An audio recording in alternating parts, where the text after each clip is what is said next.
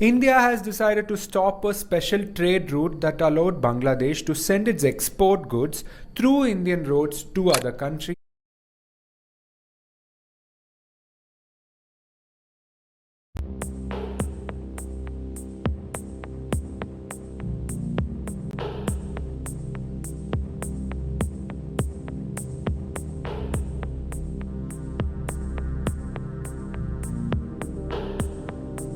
India has decided to stop a special trade route that allowed Bangladesh to send its export goods through Indian roads to other countries, a move that could affect trade across South Asia.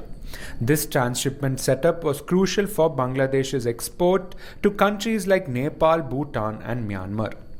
The announcement came on April 8 via a circular from India's Central Board of Indirect Taxes and Customs. It effectively cancels a 2020 agreement that let Bangladeshi goods pass through Indian ports and airports using land customs stations. Goods already inside India will be allowed to move, but new consignments not anymore. What triggered this sudden move? The timing isn't random. Just days earlier, Bangladesh's interim chief advisor Professor Mohammed Yunus made headlines during his visit to China. Speaking in Beijing, Yunus described Northeast India as landlocked and claimed that Bangladesh is the only guardian of the ocean for the region. He suggested that the area could become an extension of the Chinese economy, with Bangladesh acting as the gateway. That didn't go down well in Delhi. 7 states of India, eastern part of India, called Seven Sisters, they are landlocked country, landlocked region of India. They have no way to reach out to the ocean. We are the only guardian of the ocean for all this region. So this opens up a huge possibility. So this could be an extension of the Chinese economy, build things, produce things, market things, bring things to China, bring it out to the whole rest of the world.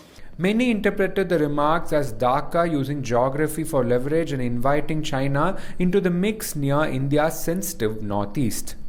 The region is connected to the rest of the country by a narrow 22-kilometer corridor known as the Chicken Neck, making it a strategic pressure point. How does this impact trade in the region? For years, Bangladesh's exports benefited from smooth and cost-effective routes via India. Now, without those corridors, transit times will increase, costs will rise, and uncertainty will grow. Countries like Nepal and Bhutan, both landlocked, depend heavily on Indian infrastructure for their trade with Bangladesh. They could now face delays and restricted access, making them collateral damage in this diplomatic standoff. Ajay Srivatsava, head of the Global Trade Research Initiative, says the tipping point may have been Bangladesh's offer to let China invest in an old airbase near the Siliguri corridor, just miles from India's northeastern border. What is India's border concern with Bangladesh? India's concern goes beyond trade. At the recent News 18 Rising Bharat Summit, External Affairs Minister Dr. S. Jaishankar confirmed that Prime Minister Modi raised concerns directly with Professor Yunus. These included what Jaishankar described as radicalizing tendencies, attacks on minorities, and rhetoric coming out of people in Bangladesh. He said, and I quote, "As a democratic country, we believe democracies require elections. That's how mandates are given and renewed. So we hope they go down that path." Particular issue came up for discussion. We have conveyed our concerns regarding treatment of minorities, the kind of violence that has happened against them, and we also highlighted and we have been doing this in several of our conversations, including when we had the meeting in Bangkok, that these violence and atrocities against the minorities cannot be just wished away or said that they are because of political reasons or they are media agitations. So we hope that the Bangladesh government will take strong action against those who are responsible for these atrocities.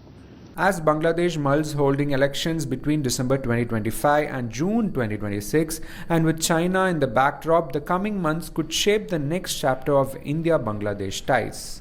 Stay tuned